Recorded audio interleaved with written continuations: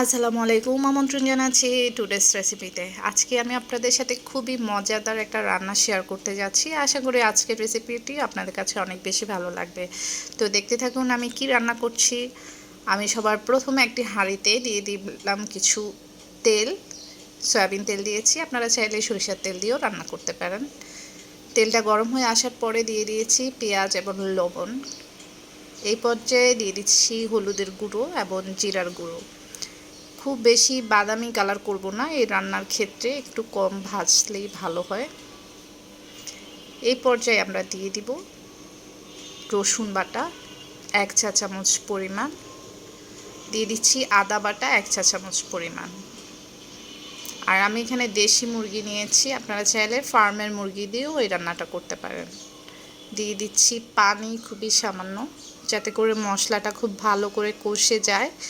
এই পর্যায়ে দিয়ে দিচ্ছি গরম মশলার গুঁড়ো। আপনারা চাইলে আস্ত গরম মশলাও দিতে পারেন, আমি যেহেতু গুঁড়ো করে নিয়েছি তাই গুঁড়োটা ব্যবহার করেছি। আর এখন দিয়ে দিলাম টমেটো 1টা এবং কাঁচামরিচ 4 থেকে 5টা দিয়ে বেশ কিছুক্ষণ মশলাটাকে কষিয়ে নেব।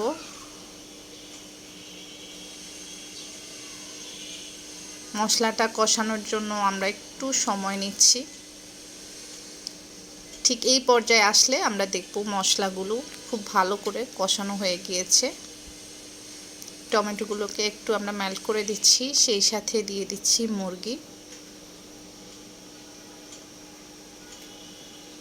মুরগিগুলোকে দিয়ে আমরা আরেকটু ভালো করে নাড়িয়ে চাড়িয়ে নিচ্ছি। আর এখন দিয়ে দিচ্ছি সেই কেটে রাখা লাউ, যেটা আজকে রান্নার স্পেশালিটি। মুরগি কষানোর পরেই কিন্তু আমরা লাউটা দিয়ে দিব। আর এই পর্যায়ে এসে আমরা দিয়ে দিব মরিচের গুঁড়ো।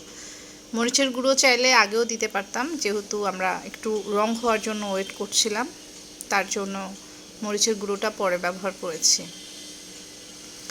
রান্নাটা মোটামুটি হয়ে গিয়েছে। এখন আমরা যতটুকু ঝোল দেওয়ার প্রয়োজন ততটুকু ঝোল দিয়ে আরও বেশ কিছুক্ষণ রান্না করব।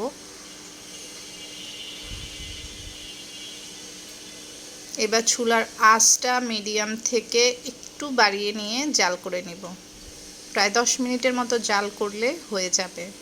টোটাল রান্নাটা করতে আমার সময় লেগেছে আধা ঘন্টার মতো।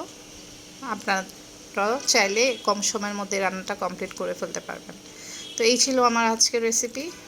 সবাই অনেক অনেক ভালো থাকবেন। আজকের জন্য এ পর্যন্তই। আল্লাহ হাফেজ।